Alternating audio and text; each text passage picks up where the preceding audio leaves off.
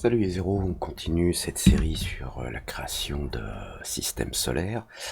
Donc on a déjà vu 4 méthodes, donc une avec des rotations d'objets autour de certains axes, une autre avec des objets qui suivent des chemins préprogrammés,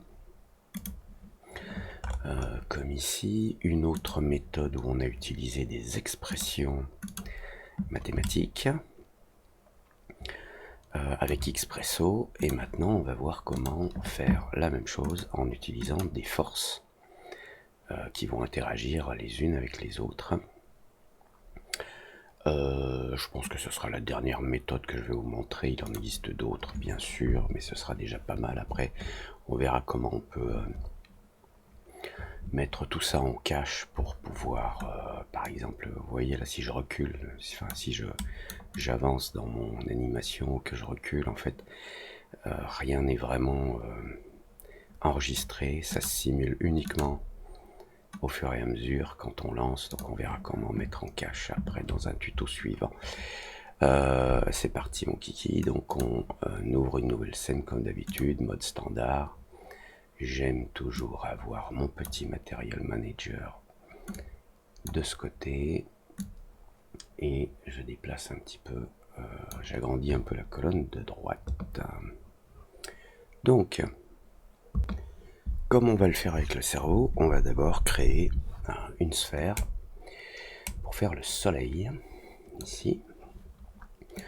Rayon, je vais mettre 50, je vais créer un petit matériau là, jaune, vite fait, je l'attribue à ma sphère, et ma sphère, double-clic, je la renomme soleil.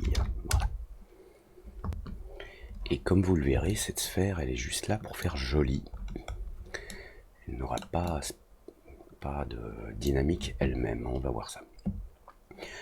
On va créer une première planète, disons la Terre. Alors on refait une sphère, je la déplace, je vais la mettre, alors je vais utiliser des coordonnées précises, histoire de comprendre ce que l'on fait. Donc la Terre, je vais mettre là en dessous, je vais lui donner un rayon de 22. Et puis, dans ces coordonnées, voilà, je vais la mettre précisément à 1000 cm sur l'axe des X. Et juste pour le côté pratique, je vais créer un cercle orienté sur le plan, alors dans Objet, sur XZ. Donc le plan qui est formé par X et les coordonnées X et les coordonnées Z, donc un cercle à plat. Et ce cercle, je vais lui donner un rayon de 1000 cm pour avoir une idée, en fait, de la façon dont la Terre est censée rotater. Je vais mettre un rayon de 25 pour la Terre, pour qu'on la voit mieux. Voilà.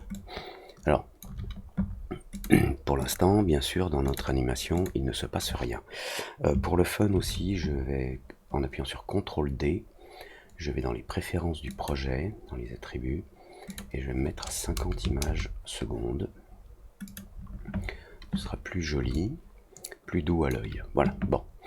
Maintenant, donc, je voudrais que cette sphère qui est la Terre, qu'elle puisse se déplacer, avoir une force, un mouvement, comment dire, avoir une vitesse tangentielle à ce cercle. Par exemple, la Terre part comme ça, là-bas au bout, sur l'axe des Z, et je voudrais que ce mouvement de déplacement en Z soit compensé en X négatif en étant attiré par le soleil. Puis la sphère va continuer à essayer d'avancer, mais elle est attirée par le soleil. Et puis elle va continuer à essayer d'avancer, mais elle est attirée, et puis ce qui va faire qu'au bout d'un moment, elle sera tellement attirée qu'elle aura perdu sa vitesse en Z, et puis elle va revenir en arrière sur Z, parce qu'elle est toujours attirée par le soleil, donc c'est ce qu'on appelle la force centripète. Alors je vais faire annuler, annuler, annuler, annuler. Là je vous ai parlé un petit peu du fonctionnement de la gravité avec les forces, donc la force centrifuge qui donnerait tendance à la sphère à s'éloigner d'un centre de rotation si elle tourne. Donc elle aura envie d'aller tout droit, mais elle est attirée par le Soleil, donc c'est la force centripète qui va s'exercer et qui va la garder dans une orbite. Alors pour le fun, là aussi, je vais créer un nouveau matériau bleu pour la Terre. Voilà. Alors, il y a deux systèmes de simulation notamment de force, de gravité, d'attraction, etc. Dans Cinema 4D, on va les trouver. Alors CTRL D, ou bien préférence Project Settings. Et ici, vous avez des onglets dans les attributs. Et il y a ces deux onglets. Donc il y en a un qui s'appelle Simulation, dans lequel on a des paramètres de simulation. Et c'est intéressant de voir que dans la section scène, on a par exemple une gravité, la gravité de moins 981 cm. En fait, il faut lire 9,81 mètres secondes par seconde. Ça, c'est la gravité terrestre. Et dans le système bolette, on a aussi des paramètres. On va y revenir. Donc, nous, on va utiliser le système de simulation bolette, puisque les deux sont indépendants. Enfin, ils peuvent interagir l'un avec l'autre, mais ils sont indépendants. Ils servent généralement à des choses assez différentes. Alors ne vous inquiétez pas si moi j'ai Xparticles et Octane Render ici, ce sont simplement des extensions que j'ai. D'ailleurs je vais passer en moteur de rendu standard. Ce sont des plugins que j'ai installés, vous n'avez peut-être pas ces deux onglets. Donc maintenant je voudrais que la Terre soit soumise à la gravité. Alors le problème c'est quelle gravité? Et dans le système de simulation bolette, dans Général, on a un onglet qui s'appelle Gravity, enfin un paramètre. Et là, la gravité, elle est de 1000. En fait, le problème, c'est que ce système sert à simuler la gravité telle qu'elle existe sur Terre. Vous savez, quand on fait des scènes, je vous fais rapidement une scène comme ça, où je prends un plan, je vais lui dire que c'est un collider, je vais prendre un petit cube, oups il est petit, je vais mettre 60, 60, 60, je vais y arriver, je prends un cube, je lui tourne un petit peu, lui je lui dis, ne vous inquiétez pas de ce que je fais, hein. Voilà, par défaut, le système bolette, il permet de faire des choses comme ça. Donc là, on voit que dans tout l'univers, il y a une gravité, une force de gravité qui existe et qui fait tomber les objets qui y sont soumis. Donc si je reviens sur ma scène précédente, si je transforme cet objet, enfin si j'ajoute à la Terre un tag, donc clic droit sur la Terre ici, Bullet Tags, je peux lui ajouter un tag qui s'appelle Rigid Body, qui va faire en sorte que cet objet, cette sphère que représente la Terre, va réagir aux collisions et va réagir aux forces. Donc j'ajoute Rigid Body qui apparaît sous forme de tag ici, et on a des paramètres qui s'affichent là en bas. Je vais monter un petit peu la fenêtre. Alors ok, donc on a la gravité de bolette dans la scène, on a notre Terre qui réagit aux différentes forces de la scène, et si je fais play, ce qui se passe c'est que la Terre elle tombe. Puisqu'en fait, le système bolette par défaut est configuré avec une gravité qui permet de simuler ce qui se passerait sur la Terre. Maintenant le problème c'est qu'on n'est pas sur Terre, on est dans l'espace là. Donc là, on n'a pas une gravité verticale dans l'espace, on a uniquement les gravités générées par la masse des corps qui se trouvent dans cet espace. Donc il faut aller dans les réglages du projet, CTRL D, et dans la section bolette générale, il faut mettre la gravité à 0. Et il nous faut créer une gravité spéciale pour le Soleil. Alors on ne peut pas dire à un objet que c'est un objet qui crée une gravité. Par contre, on peut créer une gravité séparée et on va faire croire que c'est celle de l'objet. Donc on va dans Simulate Forces et on crée un attractor. Alors on a un autre système qui s'appelle Gravity, là on va y venir. En fait on peut le regarder tout de suite, on peut se dire tiens je veux créer une gravité, je vais prendre Gravity. Donc il m'a créé un objet Gravity qui est là au milieu, on ne le voit pas parce qu'il est caché par le soleil. Donc on va désactiver le soleil une seconde. Et ce que l'on voit en fait c'est un objet avec une petite flèche tournée là pour le coup vers le bas. Donc ça c'est une force de gravité. Alors on pourrait se dire bah tiens c'est ce qui m'intéresse et je veux que si je tourne cette flèche comme ça et que je fais play, effectivement ma boule elle part dans ce sens là. Le problème c'est qu'elle part et elle continue de partir et elle s'éloigne. Parce qu'en fait ce que l'on a ici c'est une gravité qui s'exerce pour l'instant dans l'espace entier, dans la scène entière, et peu importe où je la place, je peux la placer ici. C'est une gravité donc qui a un sens. Ça permet en général de couper dans les préférences la gravité par défaut qui est de 1000 là, de la mettre à 0 et de créer une gravité différente, qui a une orientation différente, ou une gravité qui s'exerce sur une zone avec une certaine orientation, mais qui s'exerce sur une zone précise et pas sur une autre zone. Donc en fait, ça n'est pas ce qui nous intéresse. D'ailleurs, tiens, on va faire un truc, on va remettre dans Bullet la gravité par défaut qui est de 1000. 1000, donc là, on a la gravité par défaut qui va faire tomber la Terre, et on a cette gravité qui va la faire aller à gauche. Je pense qu'on va le voir. Voilà, les deux se cumulent en fait. On a la première, donc celle du système de simulation Bullet, plus celle-ci. Et si je tourne celle-ci, je vais aller là dans les coordonnées. Si je tourne celle-ci à 180 degrés vers le haut, que je rejoue ma scène, eh bien, vous voyez que la sphère, elle tombe légèrement, parce qu'en fait, on a une compensation. Alors, ne me demandez pas pourquoi, dans Bullet, par défaut, la gravité, elle est de 1000 ici. Je comprends pas, j'ai jamais compris pourquoi ils ont utilisé cette valeur, puisque cette gravité-là, que l'on vient de créer, elle est de 981, et ça c'est plus, c'est un nombre qui reflète ce qui se passe sur Terre. Donc ce qui se passe c'est que si on met la gravité dans le Bullet à 981,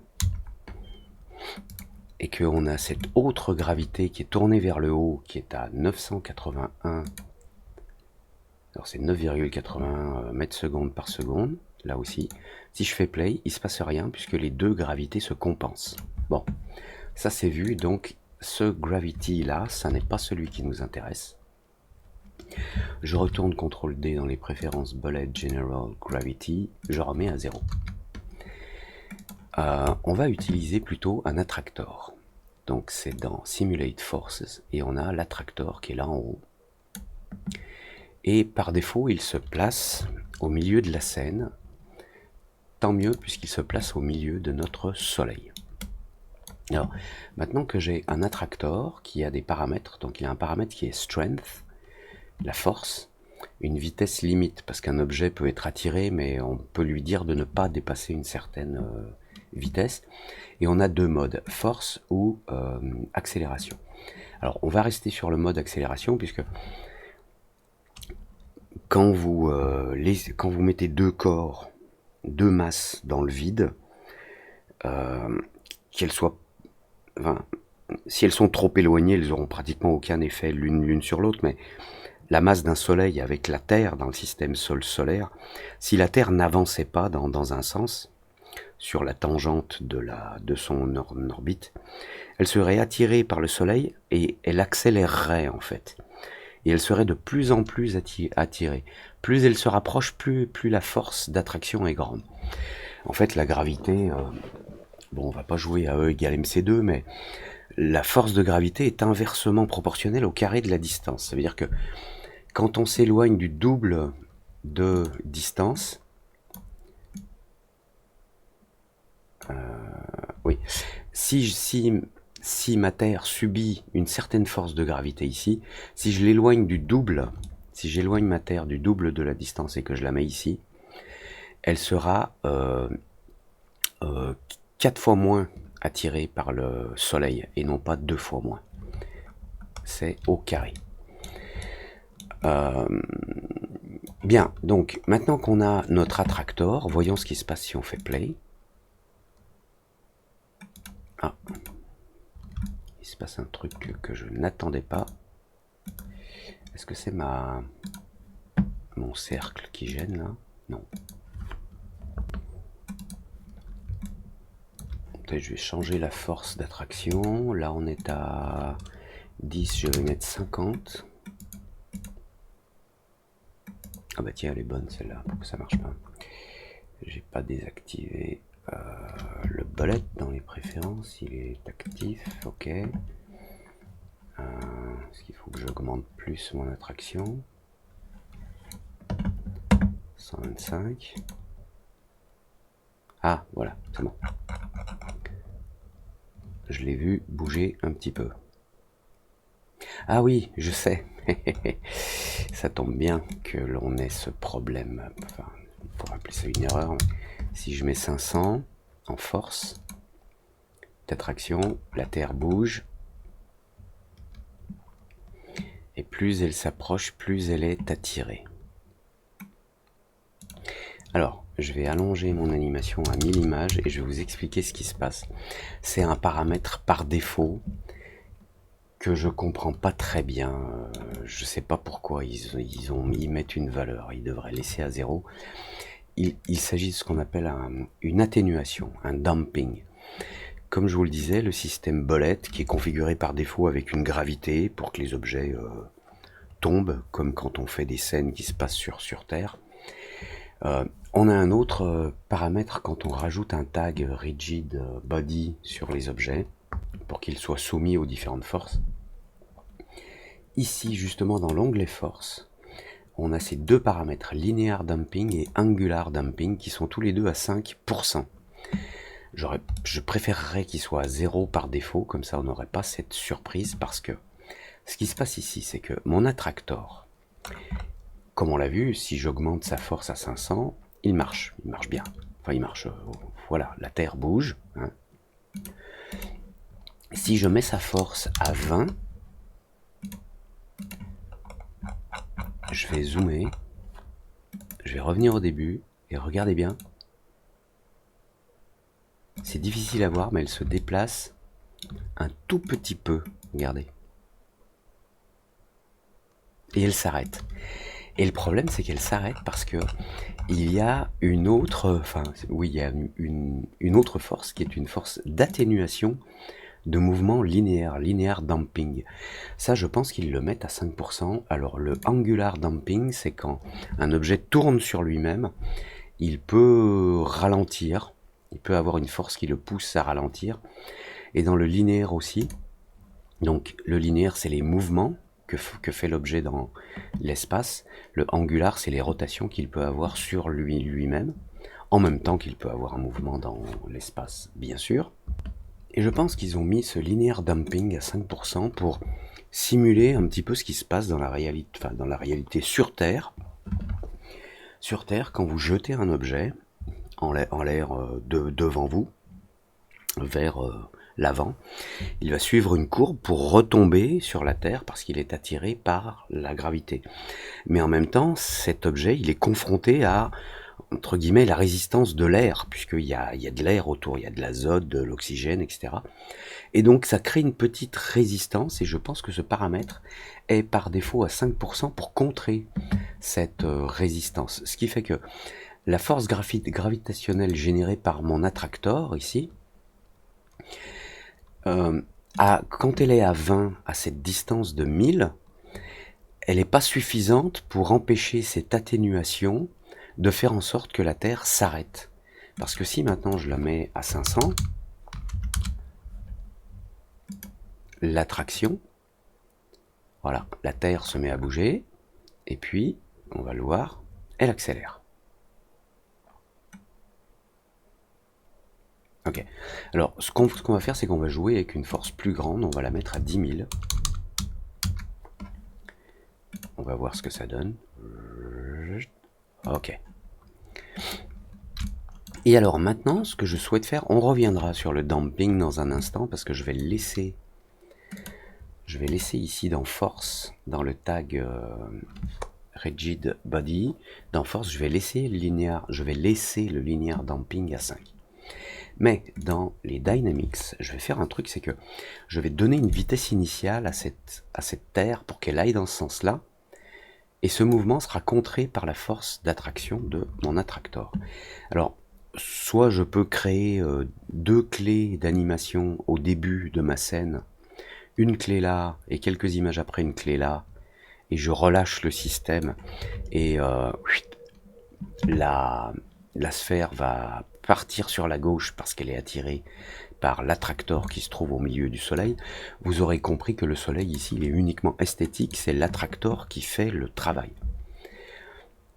Mais on a un paramètre qui est beaucoup plus facile à utiliser dans le Rigid Body. Ici, on a Custom Initial Velocity.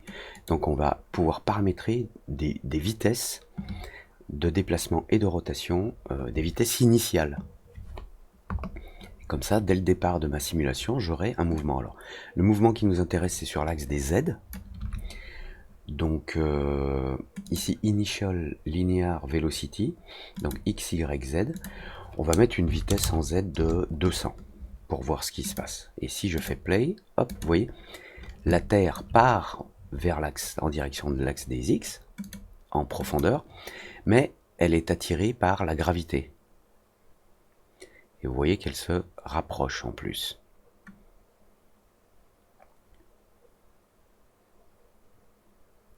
Bien. Donc il nous faut une force plus grande. Vous savez quoi? Il nous faut une force en fait de 1000, puisqu'on est à 1000 de distance, qu'on a une attraction de 10 000, une force de 1000, ça va fonctionner presque très bien. Excusez-moi. C'est pas une force de 1000 qu'il faut, puisque il nous faut la moitié, puisque on a un attracteur qui a une force de 10 000. La sphère se trouve à 1000, mais ce qui nous intéresse, c'est le diamètre ou éventuellement le périmètre de la sphère. Donc il faut qu'on divise ce nombre par 2. Il faut une vitesse initiale de 500 pour avoir une Terre qui a presque, elle suit presque le cercle qui définissait son positionnement en rayon initial. Alors je sais que cette force, elle est suffisante. Alors pourquoi la Terre ne suit pas le cercle? C'est justement à cause, ici dans les forces, du damping. Elle est ralentie par cette valeur. Si je l'augmente, je la passe de 5 à 50. Vous allez voir que c'est encore pire. Voilà, elle est super ralentie. Maintenant, si je mets ce linéaire damping à 0, il n'aura plus de ralentissement lié à, on va dire, la pénétration dans l'air. Et maintenant, ma Terre fait le tour du Soleil. Assez simplement, grâce à sa petite force interne, qu'elle a en elle. Donc elle a une vitesse initiale. La Terre, elle passe son temps à essayer de suivre la tangente du cercle, donc à partir tout droit comme ça, mais elle est rattrapée par la force du Soleil. Donc au final, voilà, elle tourne autour. Donc on a vu le damping. Alors le angular damping, on va le mettre à 0 aussi, parce qu'on n'en a simplement pas besoin. Et même s'il n'intervient pas ici. On n'a pas besoin de rebond ici également. Dans les collisions, en fait, on pourrait tout mettre à off. J'éteins self collision, non. Use déforme et objet qui se déforme, non. Alors pour l'instant, je vais laisser les paramètres, parce que si on a des collisions, on les verra apparaître et puis on gérera au fur et à mesure. Donc là, j'ai créé donc un premier objet céleste. N'oubliez pas que le cercle, il est uniquement esthétique aussi. Simplement, donc on a une attraction et la Terre veut partir par là, mais elle est rattrapée par la force du Soleil. Si maintenant, juste pour le fun, si je déplace ma Terre verticalement, un petit peu, donc comprenez bien qu'en la déplaçant verticalement, elle est un peu plus éloignée que tout à l'heure du Soleil.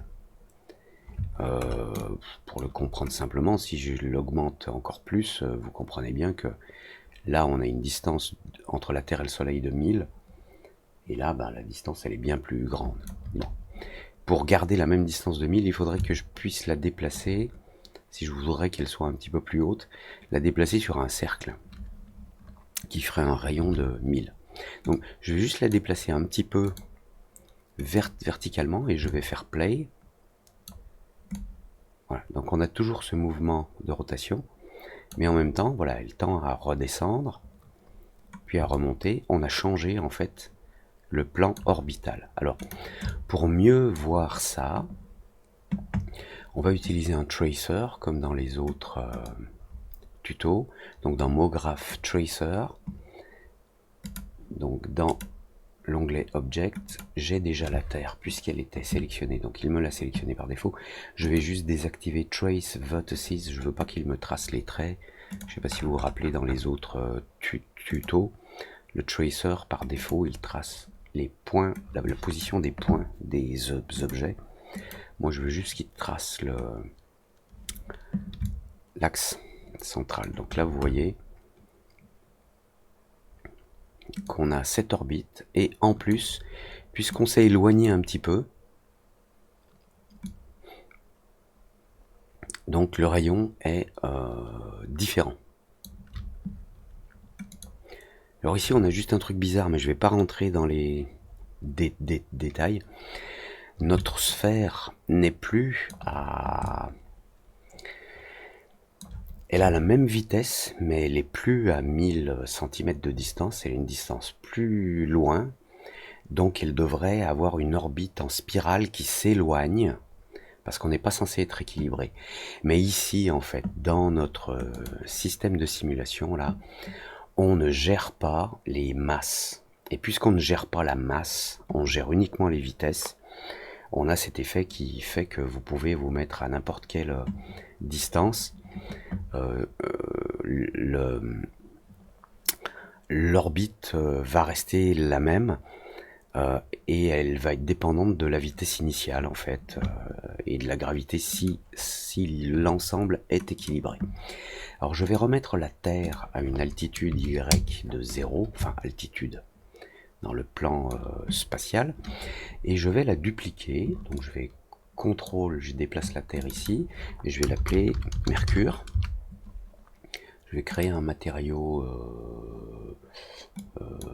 grisâtre. Alors, Mercure est un petit peu bleu, il faut voilà, si ça vous intéresse. Donc je déplace ça sur Mercure ici, et mon Mercure là, je le déplace et je le rapproche du Soleil. Donc ce Mercure a les mêmes caractéristiques que ma Terre qui se trouve à une distance de 1000, et mon Mercure je vais le mettre à une distance de 500. Et il a lui la même vitesse angulaire qui se trouve, on l'a défini ici dans Dynamics, Initial Linear Velocity 500. Donc tous les deux partent à la même vitesse vers la profondeur en Z, et on va voir ce qui se passe. Ah tiens, pourquoi j'ai un petit... D'accord. Alors pour mieux comprendre, je vais tracer Mercure également, donc Tracer, je prends Mercure, je le place là. Voilà. Mercure fait un tour beaucoup plus vite, simplement parce qu'il est 2 fois plus près, donc il va normalement 4 fois plus vite. En plus, il a une vitesse initiale qui est la même que celle de la Terre, mais Mercure étant plus près, il est plus soumis à l'attracteur. Donc il va pas faire un cercle, il va faire une ellipse en accélérant ici. Alors après, vous pouvez vous amuser avec les vitesses initiales pour obtenir des orbites légèrement différentes. Donc dans les paramètres là, dynamiques de Mercure. Je vais prendre une vitesse initiale de 600 et on va voir ce qui se passe. Voilà.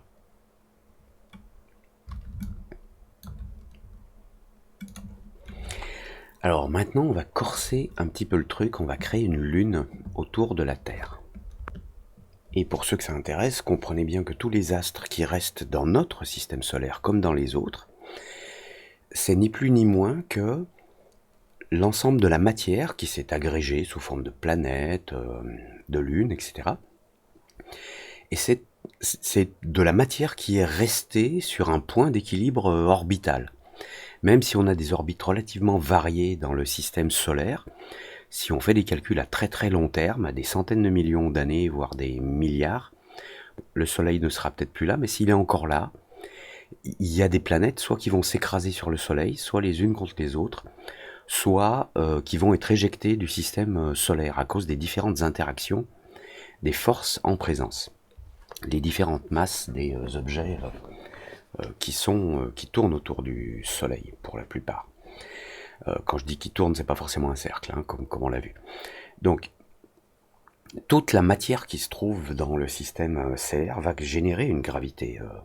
Et c'est pour ça que la Lune tourne autour de la Terre, parce que la Terre génère une gravité. D'ailleurs, nous, on est dessus, quand on saute, on retombe. Donc, on va, au lieu de dupliquer la Terre pour faire comme on a fait pour Mercure.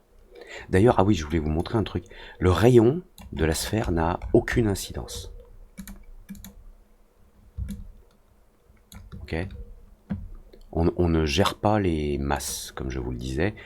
Ici, Mercure est plus gros que le Soleil, mais on s'amuse pas à simuler ça. On pourrait le faire, mais d'abord, c'est pas le but.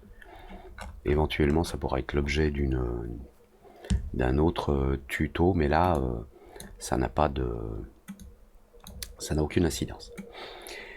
Donc on pourrait créer la Lune en dupliquant la Terre, comme ça on aurait déjà des paramètres par défaut, mais je vous propose de refaire une Lune avec une sphère qu'on va placer là à côté de la Terre.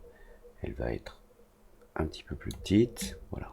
C'est pas du tout à l'échelle, hein, ce que l'on a là. Hein. Le Soleil est énorme, il est 109 fois, le diamètre est 109 fois celui de la Terre. Donc imaginez le volume 109 fois 109 fois 109 au cube. C'est plutôt impressionnant. Donc on a une lune, on va je vais la mettre là en dessous, je l'appelle lune, et je fais un clic droit pour lui ajouter un bullet tag rigid body parce que je veux qu'elle réagisse aux forces de gravité, notamment la gravité du soleil ici. Donc si je fais play, elle est attirée par le soleil. Le problème c'est donc qu'elle n'est pas attirée par la Terre. Donc je vais créer une autre force d'attraction, donc dans Simulate Force Attractor, et cet attractor, je vais le mettre au centre de la Terre, donc c'est pour ça que j'ai pris des coordonnées précises, j'avais pris 1000 cm, comme ça je le mets à 1000. Lui c'est Terre Gravity, et la gravité de la Terre, ben, elle est liée à la Terre, donc je place dans la Terre une gravité, et en force, là, je vais mettre par exemple 200. Comme ça, un petit peu au pif. Hein. Oui.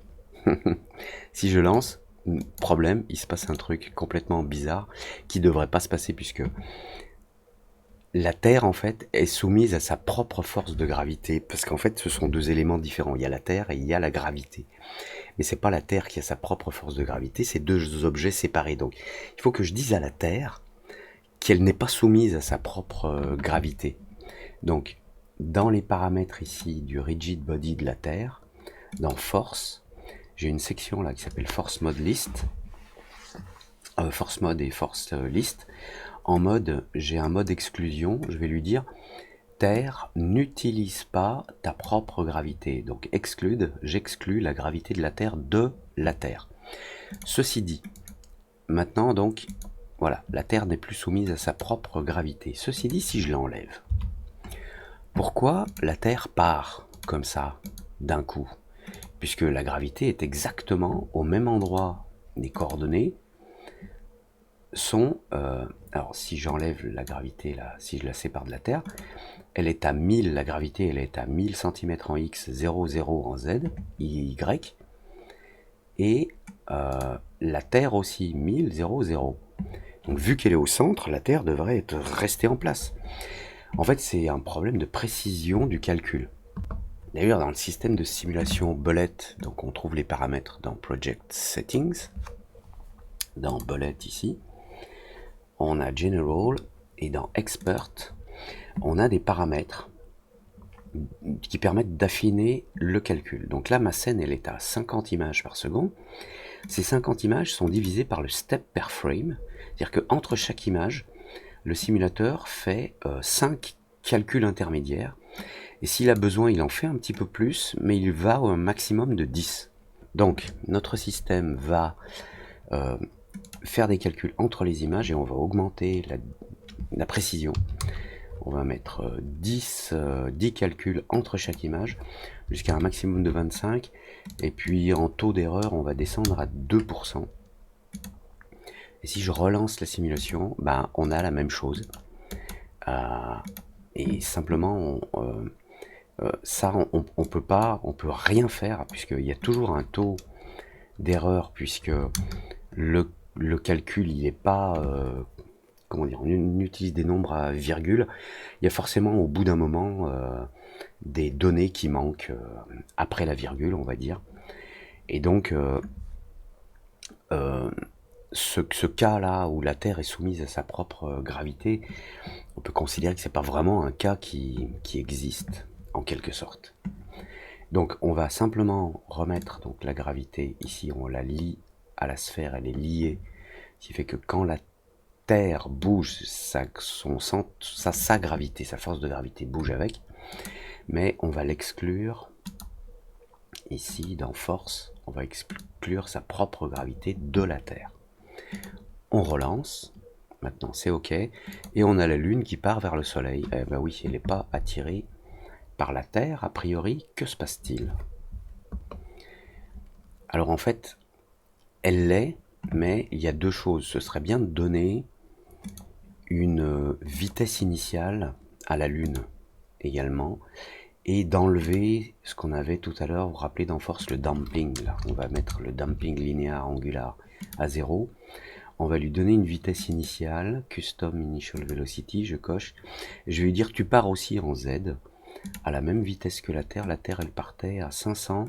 Non, ici, on va lui dire tu pars à 250 de vitesse en Z. Et on va voir ce qui se passe. Ah, voilà. Il se passe un truc qui est peut-être pas exactement ce qui nous intéresse,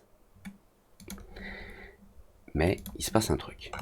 Alors, ce que je vais faire, c'est que je vais rajouter dans le tracer, je rajoute la Lune,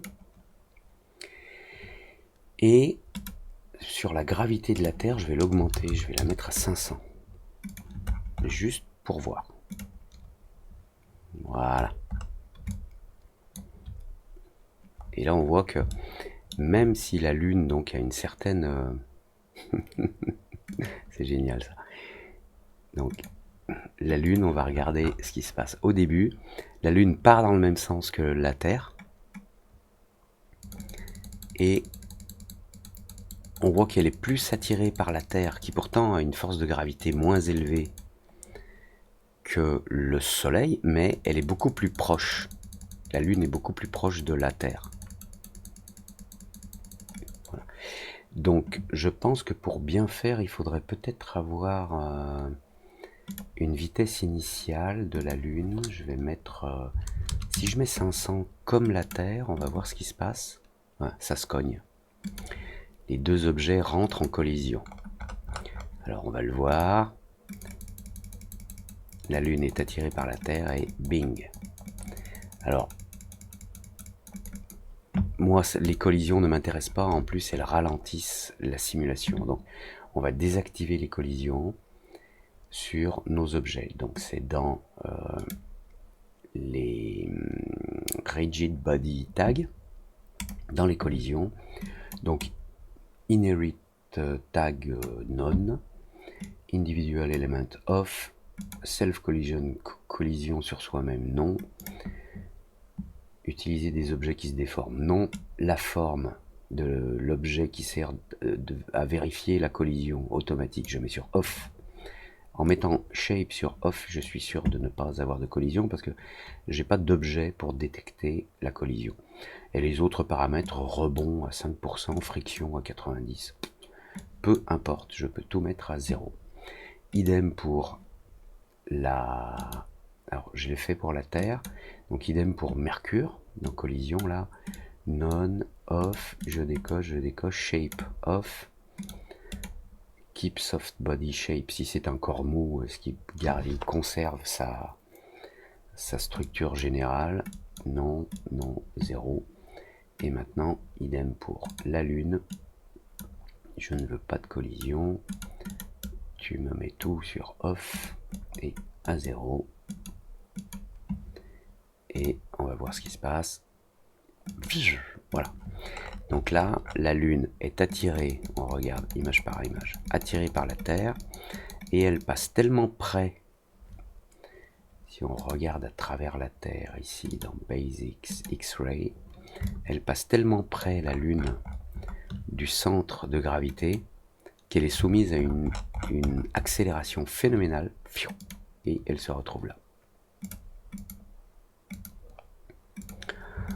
Ok, donc il faudrait changer des paramètres, et si la Lune allait un petit peu plus vite que la Terre sur l'axe des Z ici, alors Dynamics, ici au lieu de 500, je vais mettre 650 en vitesse. Comme ça, la Lune va peut-être doubler la Terre et faire son tour. Je sais pas s'il faut considérer que c'est pas assez, ou... Je vais mettre 800 en vitesse. Ah, voilà.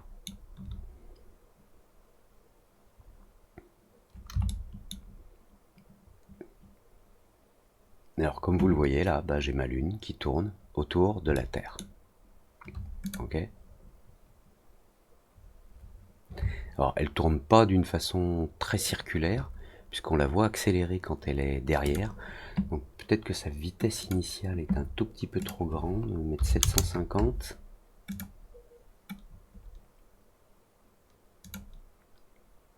Voilà. Après, disons que j'ai moi-même, en définissant cette vitesse, je choisis l'orbite et le sens orbital, mais on peut très bien faire autre chose, c'est, au lieu de lui donner une vitesse en X à la Lune, en Z, excusez-moi, on peut lui donner une vitesse en X. Je vais mettre ici à 0 et une vitesse de 200 en X pour que la Lune parte en direction de la Terre. Et on va voir ce qui se passe. C'est un peu trop fort. Donc elle fait le tour, mais elle s'éloigne trop vite. Si je mets 100... Ouais, c'est trop. 50 peut-être. Non. Donc peut-être... si on la laisse à 0, de toute façon, elle va être attirée par la Terre. Ouais, mais elle n'est pas assez attirée. Elle l'est. Voilà, elle revient dans son champ de gravitation. Mais ça part un peu en vrille. Donc, vous savez quoi, on va rester sur un paramètre qu'on avait. On va peut-être descendre Z à 300 de vitesse juste pour voir. Voilà, comme ça la Lune fait le tour de l'autre côté. Tourne dans l'autre sens autour de la Terre. Alors, si je reprends juste au début, je voudrais voir... je vais lui ajouter une toute petite vitesse en X de 50. Voilà.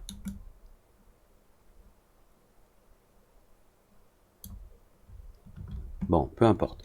Ceci dit, ce que l'on remarque maintenant, c'est que si vous regardez bien, maintenant ce qui se passe, c'est que Mercure, sa trajectoire, elle est plus elle est plus linéaire, enfin linéaire, circulaire ou bien elliptique. Tout dépend de ce que l'on veut, de la façon dont on l'exprime. Et ce qui se passe en fait, c'est que Mercure est dévié maintenant par la gravité de la Terre également. C'est tout. Alors, il faudrait, pour bien faire, mettre également dans Mercure une force. Pour bien faire, je dis bien. Donc, Simulate Force Attractor. Je vais le mettre sur Mercure. Si je me rappelle bien, on était à 500. Ça va être Gravity Mercure. Je vais l'associer à Mercure. Je vais dire dans les rigid body de Mercure, dans les forces, dans la liste d'exclusion, que Mercure n'est pas soumis à sa propre gravité. Et maintenant, on va voir ce qui se passe. Ah oui, la force de gravité de Mercure, elle est peut-être un petit peu faible ici. La Terre, j'ai mis quoi? J'ai mis 500 au moins, non? Gravity, là, 500, ouais. Mercure, on va mettre 250. J'y vais au hasard.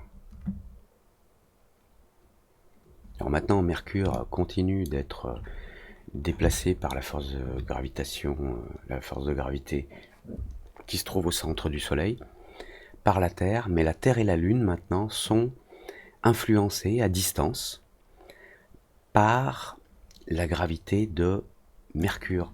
Si j'augmente la gravité de Mercure, enfin la gravité associée à Mercure, on va dire, hein, si je la mets à 500,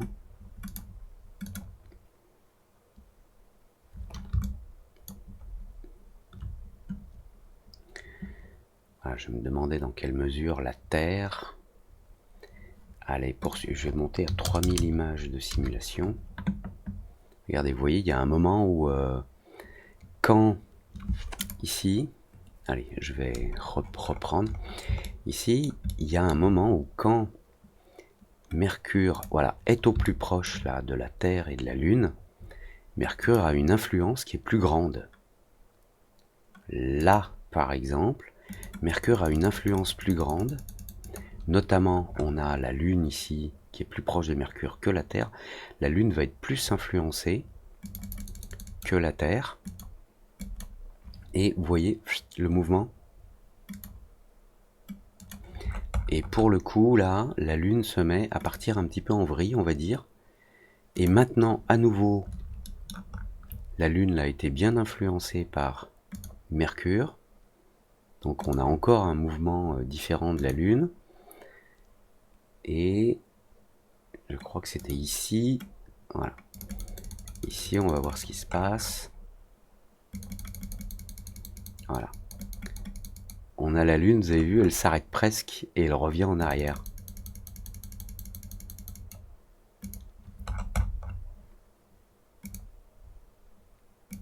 La Lune a du mal à retrouver son orbite autour de la Terre. Et là, c'est le point critique, je crois, où voilà, la Lune, là, elle est complètement...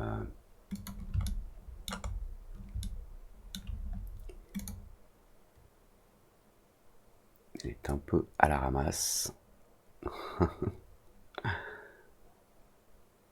Encore un tour, je crois, et...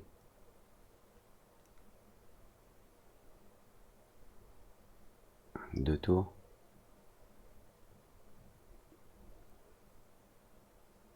Alors, bien sûr, notre simulation, elle n'est pas réaliste. Hein. Enfin, elle n'est pas réaliste. Elle est réaliste par rapport aux paramètres qui sont utilisés là, quoi. Mais bon, c'est très amusant de voir ça, quoi, en tout cas. Après, donc, si vous voulez une autre planète, on va prendre par exemple Mercure. Je fais CTRL, je glisse là en bas. Je vais mettre par exemple Mars. Je crée un matériau rouge que j'applique à Mars. Donc ça c'est Gravity Mars. ici dans le tag des forces de Mars. Donc il a bien pris Gravity Mars qui est exclu. Et puis je déplace Mars pour la mettre là-bas, un peu plus loin que la Terre, on va dire là. Et puis c'est parti. Ah oui, dans le tracer, je peux ajouter Mars. Et on voit que Mars part à Pétauschnock, parce qu'elle est loin, donc beaucoup moins influencée par l'attraction. Donc ce que je vais faire, c'est diminuer sa vitesse initiale ici. Je vais la mettre à 300 pour voir. Ah, à 300, vous voyez, Mars coupe la trajectoire de la Terre et influence la Terre et la Lune. Donc on va mettre une vitesse plus élevée de 400, vitesse initiale, pour voir si on a quelque chose qui forme à peu près un cercle. Bon, ça fait une ellipse, mais là vous voyez, ça a changé complètement les valeurs de mouvement des autres.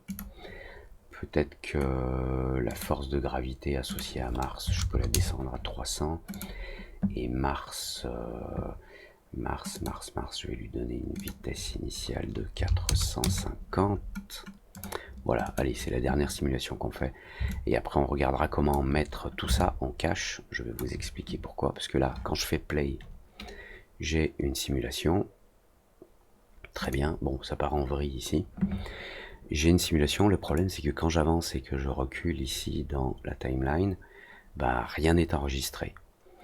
Donc on va voir comment, si j'avance vraiment image par image, il me fait le calcul, mais si je déplace le curseur trop vite, il avance d'une image vers 5 images plus loin, et le simulateur bolette ne sait pas faire le calcul.